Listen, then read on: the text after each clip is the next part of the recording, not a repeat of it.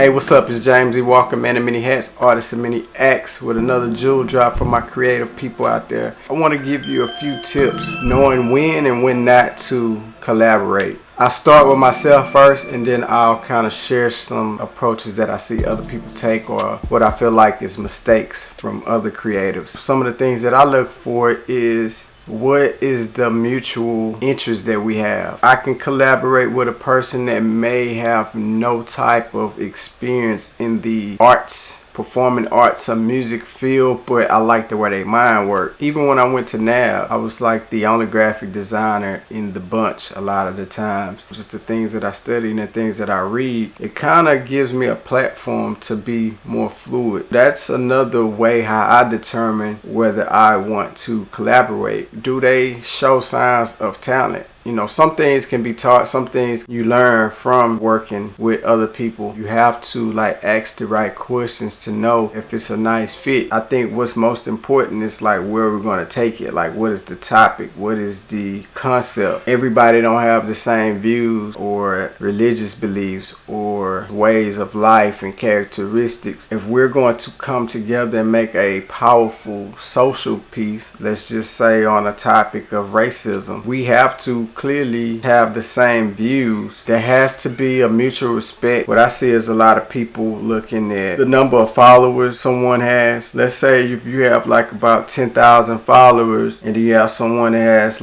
maybe 200 followers, that person, 10,000 followers, may clearly see potential in this person that has a low following, but they're consistent, they're dedicated, and they might feel that, hey, I'm a fan of this person, even though this person is not known. I follow this person, so just respectively, I see an opportunity to use my platform and pull this person up. But if it's the other way around, if this person that has 200 followers reaching out to someone with 10,000 followers, and we're talking about real followers, real influence, then the balance is off. What does the person with the larger audience have to gain from sharing his audience with someone else? In that situation, what I would look for is, one of the key things that I'm always getting on myself about is consistency. Quality over quantity. Somebody can be consistent, but they can just be putting out low quality content. Sometimes great quality things just kind of falls on deaf ears because this person just hasn't got discovered yet. This person is still on the underdog level. Integrity, consistency. Are you gonna bust your ass and work just as hard as me? What is the end result? What is the quality? It's no sense in having this innovative concept, but then you top it off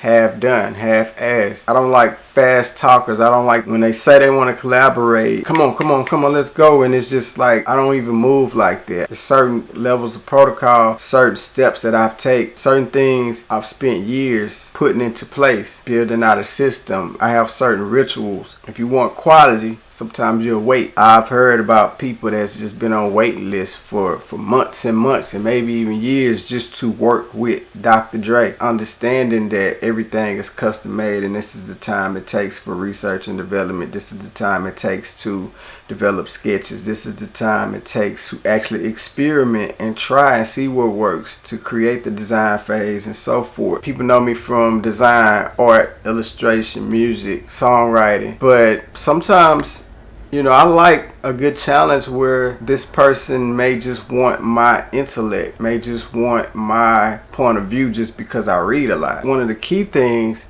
that also helped me to decide whether I want to collaborate is the time that you're trying to make this happen. Is it on purpose? Is it aligned with what I'm supposed to be doing? Because it don't take me long to say no. That's just from experience of just making a lot of mistakes in the past when it comes down to the things that I want to achieve and things I want to get done and the goals that I want to hit by a certain time. Even though I may want to work or it may be a good concept, the timing is off. I got to trust my intuition. If it's just totally against my beliefs, then I absolutely veto it real quick. That's probably another video. It's the power of no, the power of not going to meetings, the power of not collaborating, the power of not really giving a damn what people think sometimes. Some people just out here chasing clout. Some people just want to cash in off your hard work. Some people actually want to just exploit. I'm tired of seeing people that just be jumping into these fields and just want to exploit the artists. They don't really care about the culture.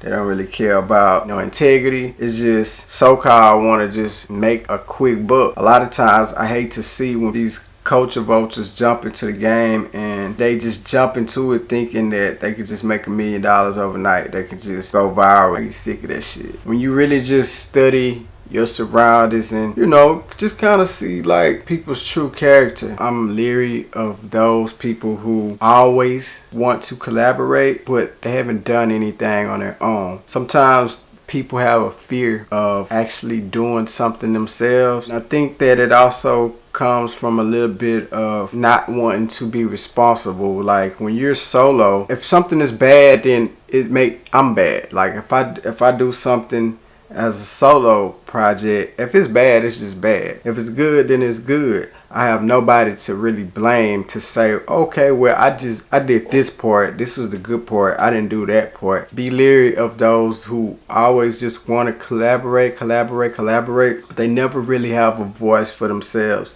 They never really have a fingerprint for themselves. They never really have a track record or credibility for themselves. Influencers that are out here that are relevant, that you see them all the time. Like you can't just come in the game and be a nobody and just want to collaborate because you have no sense of responsibility. There is a responsibility that comes with this territory. That's all I got for today, man. James E. Walker, man in many hats, artist in many acts. I hope that these videos have been helpful to you to keep my creatives out there creative. Hold on, I kind of said that kind of choppy, so I'm gonna say it again. But the whole purpose for me putting together these videos is to help other creatives stay creative, stay inspired, or should I say inspirated. That's all I got for today. Peace.